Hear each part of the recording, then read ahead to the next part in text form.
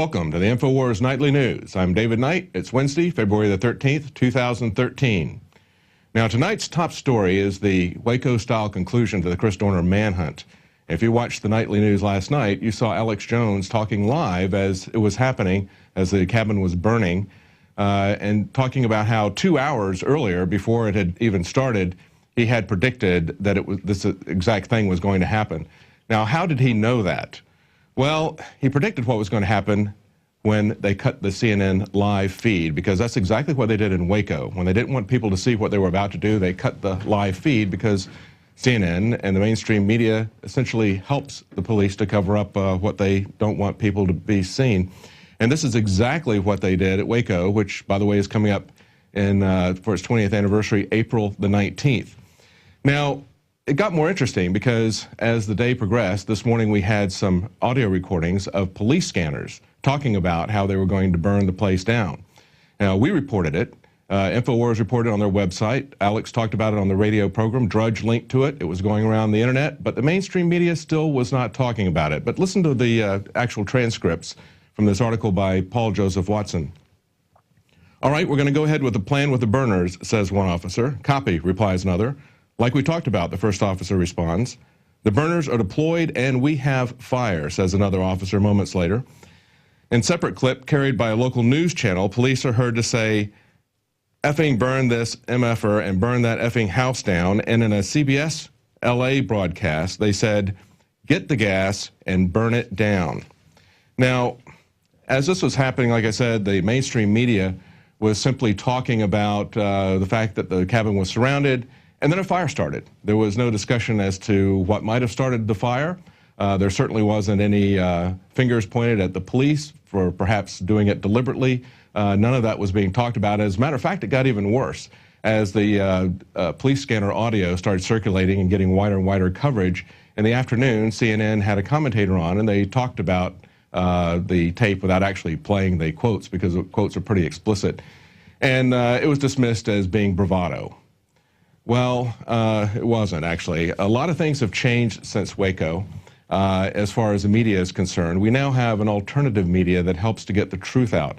When Waco happened, the internet was in its infancy, and radio was in its infancy. Now those things, we have a pretty large network, pretty large footprint, and we can kind of go head-to-head with the mainstream media. But take a look at really what we've learned from this Chris Dorner manhunt. There's a couple of things to me that stand out. Number one is due process is essentially dead if the police don't want to bother with it. That's what we saw with this manhunt, basically with no apologies, no explanation, and probably with no investigation. If they want to, they can just act as judge, jury, and executioner. The other thing is we have an armed, militarized police that feel like they are allowed to threaten and even shoot the public if they feel threatened themselves. This is probably the most alarming thing to come out of this story, was how the police were shooting up vehicles that didn't even match the description of the suspect's vehicles, shot people who in no way, shape, or form looked like the suspect, women who were delivering papers, that sort of thing. Again, no apologies, no outrage at this kind of behavior, just matter-of-factly it happened. And then we also see how the mainstream media has been complicit in all this, not only in covering up the initial setting of the fires, but then basically remaining silent about it as the story spread, and then even trying to kind of explain it away. And they're now spinning any criticism of the police actions, and in terms of burning down this cabin, they're now spinning that as support for Chris Dorner. And let me make this perfectly clear. I don't support, and no one here does, support the actions of Chris Dorner. His actions were inexcusable and reprehensible, but that in no way justifies a kind of vigilantism that we've seen from the LA Police Department. As a matter of fact, police departments all the way across California, they have to take a higher road. They have to stay within the law. They have to be above reproach in the way that they handle things, and they have acted recklessly and carelessly as they were in fear for their lives. Now, to get an idea as to how far the media will take this kind of action, let's take a look at an article from Melissa Melton. She asked, how many wallets with ID cards in them did Dorner own? his wallet has kind of taken on a traveling gnome status. Initially, The Guardian said that they had found his wallet inside the burned cabin. In the headlines, they said, in the body of the story, they said his wallet was found beside charred human remains. Now, the question is, if it was so intense in the cabin to burn it completely down and to char the human remains, how would they find his wallet intact, and why would it be beside his remains? Why would it be out of his wallet, out of his pants? The Washington Times also noted that after an intense hours-long fire, one official with knowledge of the police investigation who spoke on condition of anonymity said investigators found a California driver's license with the name Christopher Dorner on it, along with a wallet and various personal items inside the cabin. That's according to the Associated Press. Now, back on February 11th, 2 days earlier, the LA Times reported that after authorities interviewed a boat captain down near the U.S.-Mexican border on Thursday, they found his wallet and ID cards at a port of entry near the U.S.-Mexico border. Fox News also reported the same thing, that his wallet had been found near the border along with other ID papers. And if that isn't strange enough, a San Diego paper that also reported the border incident then said that a shuttle bus driver turned over Dorner's wallet and LAPD police badge and photo ID to the San Diego police after a passerby found them near Lindenberg Field. So, I mean, it's amazing that no matter how preposterous the stories are, the mainstream media never fact checks anything. They don't look at the contradictions inherent in finding his wallet in 3 different places. They never questioned the idea that his wallet could survive a fire like it was made out of some kind of black box material. They never questioned any of this. They just dutifully report whatever they're told, like a press release from the police. Now, in some different kind of incompetence we've got here, the TSA breaks a world-renowned cellist's $20,000 bow. The fellow said, my bow must have been moved out of its cover. The artist is Alban Gerhardt, a German musician. He said in an interview, instead of putting it back in, they just slammed the case shut and broke the bow that way over the bridge. Now, this is a rare bow that was made by 19th century German bow maker Heinrich Knopf, and it was possibly damaged beyond repair. Had an estimated value of $20,000. The TSA's response was, it's truly a shame about Mr. Gerhardt's bow. Well, actually, it is a shame that we have a TSA that feels that they can do that and are just as unaccountable to those types of actions as the LA police feel that they are. Now, if you saw the State of the Union address last night, you saw Obama call for indoctrinating children at an earlier age. That's essentially what he was calling for when he said he wanted to allow everyone to have access to government-provided and subsidized preschool from the age of 3 up. During a State of the Union address last night, Obama called for universal preschool education to ensure that all 4-year-olds have access to quality preschool, according to ABC News.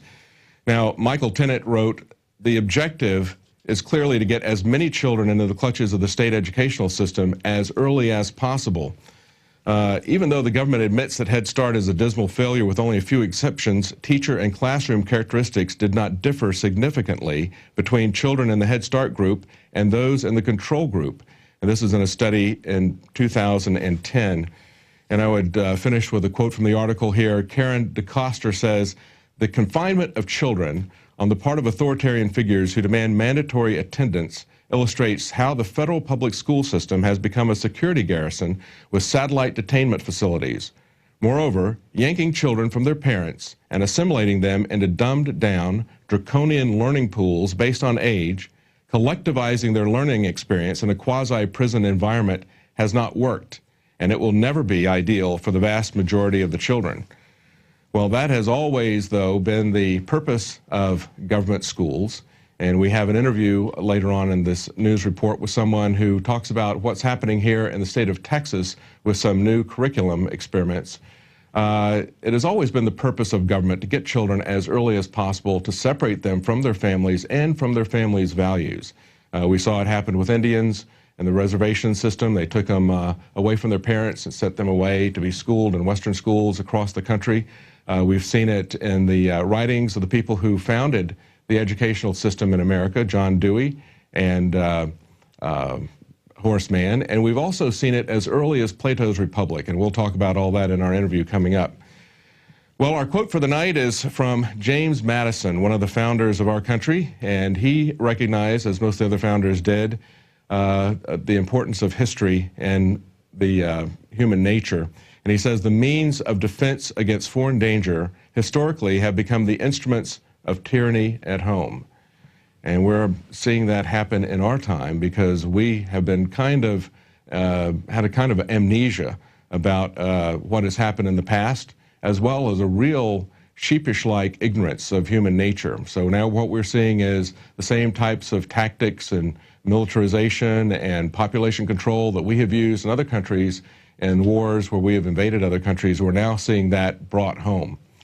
Well, we'll be right back after the break. We've got an interview, like I said, with Ginger Russell, and she's going to tell us what's happening in Texas, but it has implications for people across the country.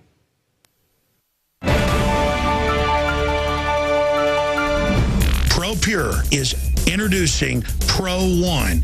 All of your filtration in one system, portable, on the go.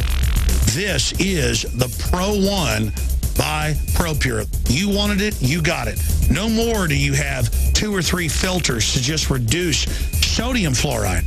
You have a system that cuts out the sodium fluoride and up to 95% of hydrofluorosilicic acid. Advanced manufacturing technology combines silver-impregnated white ceramic with new Aquamedics advanced media for removal of fluoride and other heavy metals, all in one filter element. It cuts out the acid derivative of fluoride. It is the only one that does it, and out of the gates, we have it discounted at 10% off with promo code WATER. This is the only system that in one unit helps reduce or remove pesticides, herbicides, chloramines, ammonia, and chlorine, hydrofluorosilicic acid, the most common form of fluoride not covered by other fluoride filter brands, and sodium hexafluorosilicate. This is a revolution against the tyrants. They love putting the toxic acid base of fluoride into your water. They love the fact that it's an adjuvant supercharging the trace Prozac in the water and the hormones and the other chemicals. By cutting out fluoride, you cut out the turbocharger in all the poison being artificially introduced into your body. This is what I use. It's a win-win. You get a high-quality product at the lowest price. You support the InfoWar. Get your ProPure with the new Pro One filter today at InfoWarsStore.com or by calling 888-253-3139.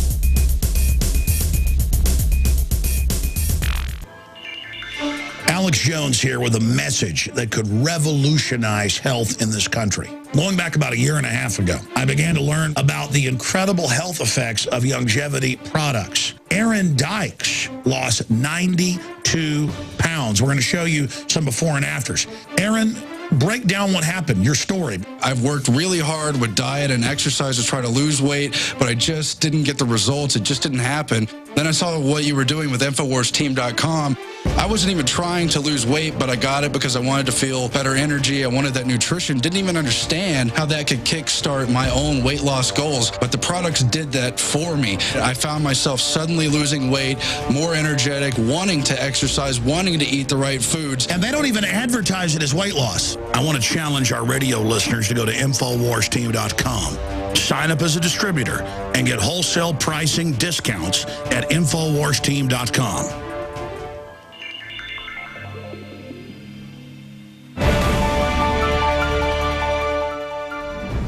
Well, many parents are concerned that Johnny can't read. But as Charlotte Iserby pointed out in the deliberate dumbing down of America that we sell at InfoWarsStore.com, that's never really been the purpose of the government schools. The real purpose of government schools has been social engineering.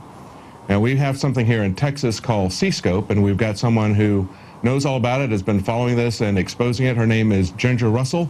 And although this is essentially a state story, I think this is something that's going to have implications nationwide. Ginger, welcome. Hi, thank you for having me. Thanks for coming. Tell us a little bit about this. Now, this is in about 80% of the schools in Texas. Tell us what you find troubling about C-Scope. Well, roughly between 70 and 80%.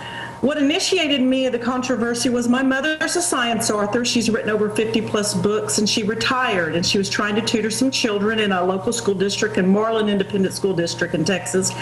And they had no textbooks, and when she requested some lessons, they knew her from her reputation. They gave her one lesson, and she found so many errors with it that she requested additional lessons to look at, and they refused all the way up through the superintendent. They wouldn't give her any lessons to help the kids. And remember, they had no textbook. And she requested at the Education Service Center in Waco, which is Region 12, they would not give her textbook. Would not give her any lessons. And they know her. She's done workshops for them. And that sort of raised the curiosity. This was back November, over a year ago, and we've been researching it ever since. Now, that's kind of interesting because Texas is one of the largest markets of school textbooks, second only to California. And they have a lot of influence on the kind of textbooks that are sold nationally, those two markets, California and Texas. So it's kind of strange that they wouldn't have any textbooks. Why would they get rid of the textbooks? Well, that's a good question. Initially, a lot of the smaller districts elected, because this isn't a cheap product. You lease it at the minimum $7 per kid per year. And a lot of school districts, especially the smaller ones who don't have the funds, would elect to just use it and no textbooks. And it was pushed for that. They pushed that originally. Now C-Scope, basically the directors, they will not take responsibility for anything. They totally will say it's up to the local school district whether they purchase any material or not to go along with the C-Scope. The online curriculum is what it is. Mm-hmm. Now, there were some other issues too, weren't there, when it first came out? Didn't they have non-disclosure agreements from teachers and that sort of thing, and that got people kind of concerned about the secrecy involved in it? Or exactly. Well, when they would not release the lessons to my mother, and I started tweeting and Facebooking about it. Parents were contacting me and saying they could not get the lessons for their children. We have one dentist out of Beaumont, David Stovall, and they would not let him get the lesson content. So he took his kids out of public school. And just due to the secrecy and the lack of transparency, and also making the teachers sign a non-disclosure statement that they wouldn't release the contents and that they would not say anything negative about C-Scope. It was almost like the days of Hitler. They just control the teachers. And it's a control the teachers, eliminate the parents, and indoctrinate the students. That's what C-Scope is all about. Right. Yeah, that raises a lot of red flags, but they don't want anybody to see it. But now we have seen some of these lessons. Tell us some of the things that you have seen in it that parents would probably object to. Well, my initial finding was last year. It was a PowerPoint presentation on Islam, and it gave the 5 pillars. It gave verses of the Quran. I printed it off, and once the directors of the Education Service Centers, it's Texas Education Service Centers Curriculum Collaborative, TESCCC. They own C-Scope, and it's the directors of all the 20 Education Service Centers in Texas. Once they realized who my mom was, they drove up to Marlin from Austin to meet her, and I attended that meeting. And I presented the PowerPoint presentation to Wade Labai, who is the C-Scope director for the state, and he said, that's not in there. I said, well, yes, it is. And 2 days later, he pulled it off. And that started the way it's been going. That was my initial finding. The lesson that went along with that PowerPoint actually instructs the students, and I still have a copy of it, to hand out the verses of the Quran to the students and to go over it. I have found lessons on the Boston Tea Party being a terrorist act. Yeah, let's talk about that one a little bit, because I saw that on your website. Okay. And that's kind of interesting. Tell us a little bit about that. Well, it was a lesson last year also that they've since pulled off. The lesson was on terrorism, and they gave a scenario. You read a story to the kids, and then the children would try to decide, or the students would try to decide when or where was this activity, and it was in reference to our Boston Tea Party. Yeah, I have an excerpt from that here, and basically it's set up as a news report. This is from your site, actually. It says a local militia believed to be a terrorist organization attacked property of private citizens today at the port. Then it goes on further down to say the terrorists dressed as natives. So first they were believed to be terrorists, then they identified them and called them terrorists. So they were dressed as natives, apparently intoxicated, were able to escape into the night with the help of local citizens and so forth and so on. So yeah, that's kind of interesting. They tell them to, and one of the things that I find interesting about this is that they're not really giving them any context or any education for this. Instead, they're throwing this out there in the current context. And you know, for us, one of the things that C-Scope defended it, saying, well, you have to look at this in context. Well, to me, the proper context for this is the war on terror and things that we've seen, like the MIAC report that identify people who talk about the Constitution, people who are libertarians, conservatives, identifies them as terrorists. So when you've got government putting out reports identifying, people like the people that were the Boston Tea Party as terrorists, and then they have these kind of lessons in the school, to me, that's the greater context. That's exactly right. Like Senator Taylor said in the Education Committee a couple of weeks ago, that this was an act of protest. This was not a terrorist attack. Mm-hmm. Exactly. And, they don't teach in C-Scope. C-Scope has no absolute truth. They will put something out there and the children discuss everything. It's a discussion. What do y'all think about this? What do y'all think about this? Should the Second Amendment be a collective right, or is it an individual right?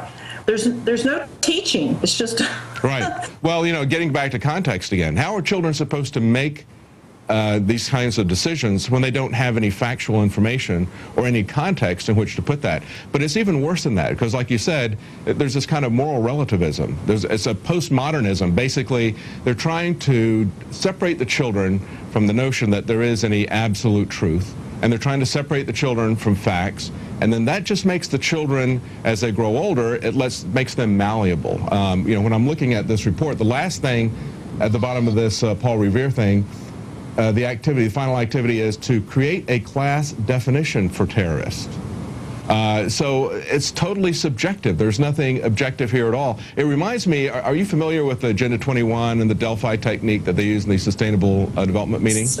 Very. C-Scope is Agenda 21 from K through 12. Yeah, exactly. And just like they go into these sustainable meetings and they invite the public into these sustainable meetings and say, we're going to discuss, what we as a community could do to make things sustainable or whatever. But they've already got their answers that they want. And they sit there with this phony discussion, manipulating the discussion so that once it's finished, everybody feels like they came up with the definition, and they didn't come up with a definition at all. It was something that was already pre-decided, pre-arranged, and everybody was manipulated into it. Something called the Delphi technique that was created by the RAND Corporation. Exactly. And matter of fact, our schools are doing that now in Texas. I went to Anderson ISD. There's this new vision thing that the Texas schools are doing, which C-Scope's all tied into it. And it was the Delphi technique at Anderson ISD Independent School District. They had a community meeting, and it was I've been to them before, so I knew what I was going to walk in on. And sure enough, that's what it was. And well, what is it that you? I'm sorry. What is it you have people doing now? You have some kind of a call to action here in Texas. What are you trying to get parents to do? Well, right now we're still Steve Toth, House Representative Steve Toth, a new freshman, a great guy. He has got House Bill 760 that will put C-Scope underneath the review of the State Board of Education, and we're pushing for our House representatives to do that. We're also asking Senator Patrick to please help us get through that. Get that through, I think, through the committee, through the Education Committee. And informing parents. I started this out as just my mom and I, and just through over a year's worth of time and through meetings and social media, we've been able to get the word out. And have I been attacked by the left? Oh, yeah. Well, I guess one of the things that I find disturbing about it is that, this is something that, because it is set up to help people with tests, it looks like it's something that, whenever you promote something as helping students pass a test, as a way to manipulate the curriculum, not only for the government schools, but also for private schools and even homeschoolers. Do you see that happening? I don't see it so much with the homeschool, and I was fortunate enough to homeschool my two children, which are grown now, but I have noticed that some of the private schools have bought this, some of the Christian schools, but I really think that they bought it innocently because the education service centers are pushing it as this wonderful thing that meets with the Texas TEKS, and I think some of them have purchased it on accident, and as long with a few public schools, but not very many. Some of the superintendents are in on this. I haven't quite figured out how, but they are. And well, as you mentioned, you homeschooled your children. I homeschooled my children. One of the reasons we did that was because we were aware that from the very early foundations of government education in this country, with John Dewey and Horace Mann and people like that, they were very clearly stated that it was about social engineering. And if you go all the way back to Plato's Republic, it was all about having compulsory tax-funded schools so the government could educate and control the children. We even see this with Obama's push last night in his State of the Union, where he's wanting to get more children into grades 3 and 4. Preschool, or I should say, at the age of 3 and 4. So, it's the sort of thing where they don't come at you initially necessarily as a mandate, and they're not mandating this for private schools, but there's this incentive, there's this carrot and the stick. You want your children to do well in the standardized tests, and of course the standardized tests are going to be set up for whatever this curriculum is that they're pushing. So it's an instrument of control that goes out there, and they offer this preschool to parents who are having difficulty providing child care because they're struggling economically. So they put them in this, and that gives them control of the children at a very early age. It's something very insidious. Yeah. I know. I went to a meeting on Monday night in Huntsville, and they mentioned that they have a school there strictly for 3 and 4-year-olds. I'm like, are we running a government daycare now at all of our school districts? Right. Well, if you go back at Plato, wanted. He wanted to destroy the family, and he wanted women as well as children to be community property because he wanted everyone to see the government as their father or as their uncle, right? So, this is where I think a lot of the attacks on the family, which are coming through curricula like this, that you see is postmodern, is anti-family, is anti-Christianity. So you see this type of stuff trying to tear down any moral absolutes, trying to tear down any family connections that people have, making everyone essentially a ward of the state, a dependent of the state. It's a very serious thing. So. Exactly, and I'm just hoping that more people become in, because the newspapers, our newspapers, local newspapers, they will not carry it. Very few media outlets that we have will pick up the story and run with it. I have tried so hard. Even pastors, I can't get the pastors involved. It's just very disturbing to me that people are not waking up, and you can't. You've tried to find a means to let people know, and it's very hard. But thank you for doing that. And well, you have a website. It's C-Scope Review. Is that .com? That's .com, correct? TXCScopeReview.com. And what is your other website? You have two. RedHotConservative.com. Good. Well, I would suggest people go there, get more information about C-Scope and see what's happening in their schools. Parents need to be involved, but they also need to realize that the government is not really all that interested in their involvement and not very welcoming to that involvement. So, people need to understand what the whole purpose of government education is and consider whether they want to try to get their kids into a private school or homeschool them or something to get them out of that environment. This is something that affects Texas. It's very widespread in Texas. And because Texas is one of these bellwether states as far as curriculum goes, this is something that could affect people nationwide. Yeah, and I just have one more thing to say. We have 2 representatives on the State Board of Education, Thomas Ratliff and Patricia Hardy. They ran on a Republican ticket.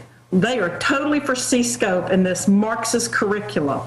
Don't let the R in front of their name fool you. Well, yeah, we see that over and over again.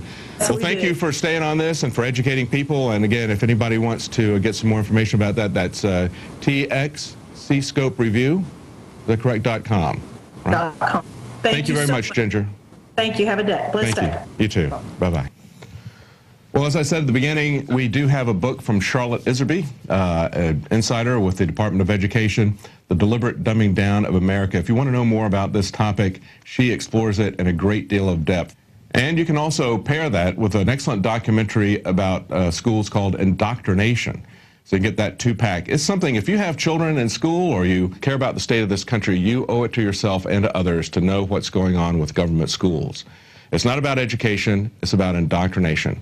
Always has been, always will be. Going all the way back to Plato, but it is explicitly talked about by the founders of American education, Horace Mann, Thomas Dewey. They laid it out there for you. If you do the investigation, you'll understand what it's about. Well, that's it for our news broadcast tonight, but coming up after the credits, we have a special report from Alex where he explores evidence of us living in a computer simulation or something like that, what I would call intelligent design. So that's coming up right after the credits. Stay tuned.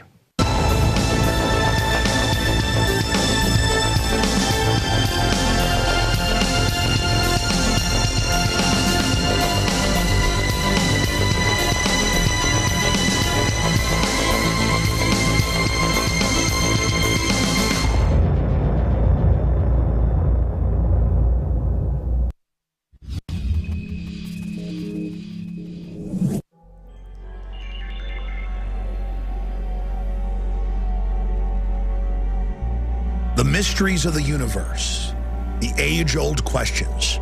Where did humankind come from? What is our ultimate destiny? The answers to these fundamental questions are hiding in plain view. We came from the universe. We came from all that is creation. We are part of the universe. We come out of this creation. The answer to the question of our existence is wonderment. The planet Earth is home to our species, orbiting a standard sun, 2/3 of the way out on the spiral arm of the Milky Way galaxy. Here you see a super galaxy, a cluster of galaxies. Each one of these a galaxy on its own. Hundreds of billions photographed by Hubble. And Hubble isn't even getting out of our backyard. We are in the middle of wonderment, the middle of incredible creation. Humanity has not even dreamed or the mind imagined the potential of our species. People say they want to travel to space as if it's some distant place when we are part of the universe, living on an incredibly rich and gorgeous planet in the middle of a universe with hundreds and hundreds of billions of photographed galaxies, themselves containing hundreds of billions of stars and planetary systems very similar to our own. Our planet is like a grain of sand at an endless beach. But still, despite the fact that it's so tiny, all of our species' history has taken place on this globe. All the kings, all the tyrants, the heroes, the families, the little children, the discoveries, the passions that were felt. All of those experiences have taken place here on this planet. And though our individual lives are finite, we are connected to our ancestors and their discoveries, their triumphs, their misfortunes. And we reach forward into the future towards our future progeny. And as long as our species is not destroyed, we truly live forever. Of the countless species that have swum in the Earth's seas, flown in the sky, crawled across the plains, humanity is undoubtedly superior to them all. But that doesn't mean that we'll always be here. Hundreds of thousands of species have lived on this planet, sometimes for millions of years before their species disappears, often suddenly. All we're left with is their fossils, snapshots, shadows of what they were. Look at this fantastic fossilized dinosaur skull. Was it the inspiration for the space jockey in Prometheus? Truth is stranger than fiction. All of the thousands and thousands of fantastic species, humanity needs to understand that our existence is just as fragile. Scientists hotly debate whether it was a meteorite, a comet, or other outside threat that destroyed the dinosaurs. With humans, our main threat is ourselves. We've had the power to do it for more than 60 years. And every day we see different scientific installations having disasters. We are the equivalent of gods to Stone Age men.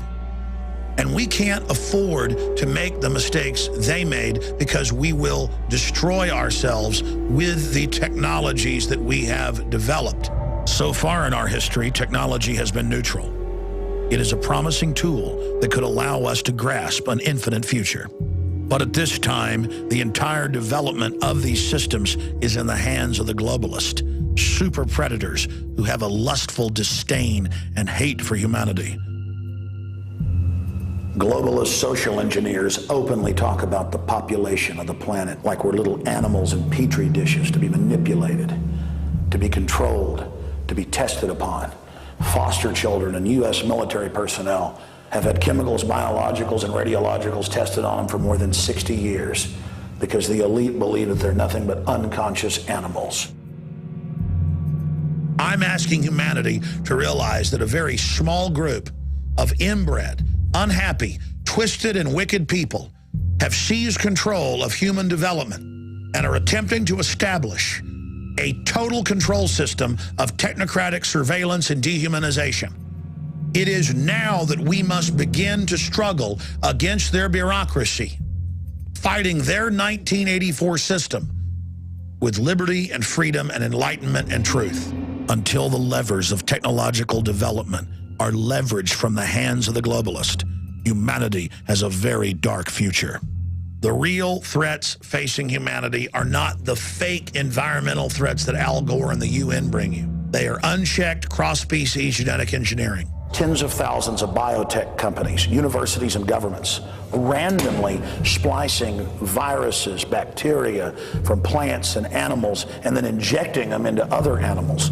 This is already giving rise to mutated viruses and bacteria and an irrevocable vandalization of the genetic code of the planet. High-tech chemical and, most importantly, biological weapons development. Unchecked nanotech, the artificial creation of black holes, antimatter weapons that the Air Force admits they've developed, and new viral vaccines coming out that re-engineer the brain by attacking certain ganglion systems so that you can no longer feel emotions. We've seen one of the biggest mutual funds, Fidelity Investments, come out and talk about synthetic biology. Within 50 years, we may have invented more organisms in the lab than we've identified in nature. It's synthetic biology, and it could be the defining technology of the 21st century. And how within just a few years, they're going to overwrite every major life form on this planet without asking you. That's 1 trillion times what Monsanto does, planting their crops next to yours. Their crops then infect your crops, and they come and charge you with copyright infringement when they polluted your property. All of this is being rolled out now. We are under a massive and sustained offensive by the technocratic psychopath guild known as the New World Order to fully dominate and wipe out most of humanity so they can control the next phase of our development. The United Nations, Ray Kurzweil, all these different transhumanists openly say that they're not giving anybody a choice, that they're going ahead in this attempt to evolve humans and merge us with machines. We intend to create a new vector for civilization, aimed at constant human development and evolution. The brain is transplanted into an avatar being. Man receives new, expanded life. The era of neo-humanity. And they believe that they know what the outcome is going to be without even having a public discussion. They believe that they govern the future evolution, as they call it, of our species. That's why we're doing this news report, in the hope that people will look up from the dirt and the television programs and sitcoms and football games that don't matter, that are put there to distract you from the real world, the whole universe going on around you, so that we can have a real debate as a species about our future. And see that there is an entire universe around you of ideas, and that we can chart our future. We can chart our future. Can chart our future. I'm asking for you. If we don't respect our species, if we forget our ancestors and the lessons they taught us, and if we don't learn from the struggles they went through, we're not going to survive as a species. You see, we as humans have this instinctive feeling that we've been here forever. When we read the writings of Plato, written more than 2,000 years ago, or William Shakespeare 500 years ago, their words are spoken alive in our minds. This is communicating with people in the past. And like electricity, it gives us a clear connection to them and the present towards the future. That, my friends, is magic. And that's why our species is timeless. Why have all human societies going back thousands of years scraped their names on tree trunks or on cave walls? Because there is a fundamental human need to communicate forward into the future. It's ingrained in us to teach those that come after us the experiences we had so that they don't relive the mistakes that we made. And so they will learn from the good things that we discovered. We communally share in the knowledge that our species has developed. This is what's different about mankind versus all the hundreds of thousands of species that have come and gone on this planet in its ancient history. We are able to change our environment. We are able to grasp that we're finite, and we are able to construct systems and languages and sciences of mathematics, just as we can decipher the hieroglyphs in Egyptian caves and know what they were thinking 4,000 years ago. We can go back 500 years ago to William Shakespeare. In Shakespeare's Hamlet, they are burying someone and accidentally dig into the grave of a man who had taken care of Hamlet when he was a child. And Hamlet, in awe, looks at the brow ridges and the face of the skull that was his childhood babysitter and says, I laughed at your jokes. You carried me on your shoulders 1,000 times, and now look at you. You're nothing but a skull. How could it be? You were there full of life and everything, and you're gone. You're gone forever. But he's not really gone forever, because just as William Shakespeare's words continue on, your knowledge, discoveries you make are passed on. That's what's so amazing about humanity. We can argue all day if there's life after death. But I know one thing, we're alive and sentient right now.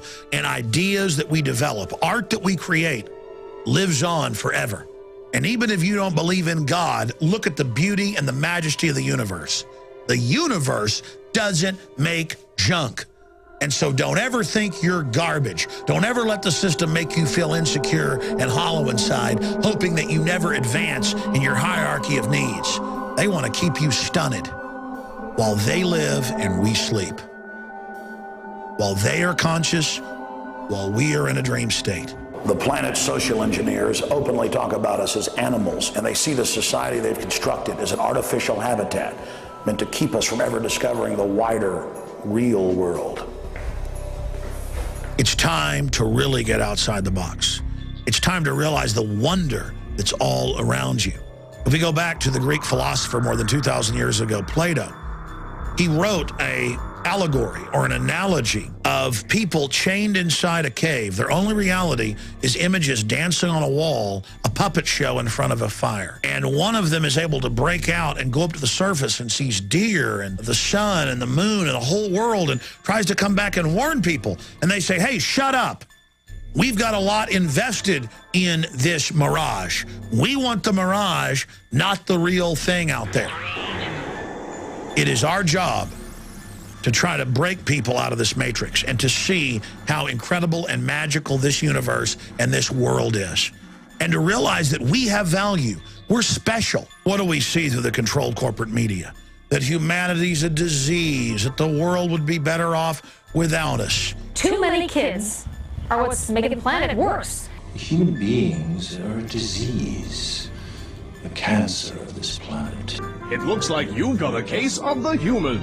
Bad humans. They multiply over 300,000 a day, consuming anything that crosses their path. The establishment is preparing us with a psychological race consciousness memory that we're trash and that we're bad and that we shouldn't have a survival instinct. Earth is just the start. Who knows what's next? They are openly preparing to release biological weapons to reduce the population. This is the real development, not sitcoms on television. The real world is going on around you while you're turning your life over to a television that is literally programming you. Think about what the social engineers feed us. Every television ad, every big blockbuster film has messages crammed into it. You have men going and fantasizing that only Batman or the Incredible Hulk could defeat threats, not the average person. That sports icons are all that matters. And that we're all basically garbage and only this Madison Avenue Hollywood system matters, when it is only a tiny part of the overall spectrum of life going on this planet. And it's a facsimile. It's a prosthesis. It's a fake. It's a fraud. Consciousness is unspeakably incredible. The real world is an infinity more valuable and fulfilling than the fraud that is mainline television and all of these films and this dumbed-down culture that seeks to keep you shuttered inside the cave, to make you feel small and to make you feel like you need the images they project on the wall more than you need the real world waiting right up those steps on the surface. And even when you make it to the surface out of the cave, you're only here on this planet, and outside of it is the larger cave. and still more. You must leave one box and then leave another and still leave another. This is the human experience. This is the electric magic and the wonderment of consciousness and being awake. The doors to the universe and the things we can't even imagine are standing open to us. Don't let their false paradigms and false roadmaps be injected like viruses into your mind. The dreams of your ancestors, the dreams of the universe, the dreams of everything wholesome and good flows like living water out of the space-time continuum. Beauty is all around us. The wind in the trees in the summer, the sunrise, moonset, the ocean, seagulls. When you were a child spraying a water hose up into the sky and looking at the droplets like they were jewels in the air. Your children, your grandmother, your grandfather, feeling that first gust of autumn wind on your cheeks, looking up and seeing the stars at night. Everything is a miracle. The fact that you can recognize beauty, the fact that you know when something is wholesome and good, shows that you recognize what is beautiful and wholesome in the universe. You resonate with the good. You recoil from the bad. And because the bad seizes control of the power structures so that it can unnaturally thrive and operate, you pull back saying, ooh, I don't want to go there. I don't want to resist them. But by doing that, you turn the world and the universe over to evil. We cannot allow the planet Earth to become a beachhead of the satanic forces that have bred here. For every action, there's an equal and opposite reaction. And there is incredible beauty and creation and power and mission and destiny on this planet. This is an amazing place. And that's why the forces of evil are here as well. And we are in a struggle, not just for this planet, but in the universe around us. Think how far humanity has come in the last 6,000 years. Think of where we could go. As the Bible says, the ear has not heard, the eye has not seen what is in store for us. We are at the jump point for our civilization, for our species. Everything we do now will govern the future of human development forever. Humanity is only in an embryonic phase now. If we're able to continue our development, we are made in the image of the creator of the universe. We are creators. We are powerful. But now we've got to face the predators of our own species and the computers we've created in the final battle to decide if humanity will move to the next level, a Type 1 civilization. And what is a Type 1 civilization? A Type 1 civilization can survive even if its home world is destroyed. That should be the prime goal of Homo sapiens sapien. What do you think your ancestors, if they could look into our dimension and our time today, would want? They would want us to survive and thrive and move into the future. That's all past generations wanted, was for their children and progeny and their clan to live. That's the basic human imperative. And to do that, you've got to develop technologies, you've got to be passionate, you've got to be truthful, you've got to build, you've got to be strong. That is the launch pad for the next level of human development. So that's the question. Will we become extinct like so many other species? We can go to space, we can create computers, we can theorize quantum mechanics. Picasso, Beethoven, can we take control of our destiny? Can we have a species-wide debate about our system? Or is death of humankind all that's waiting in our future? That decision, to a great extent, depends on you. So the ball is in your court.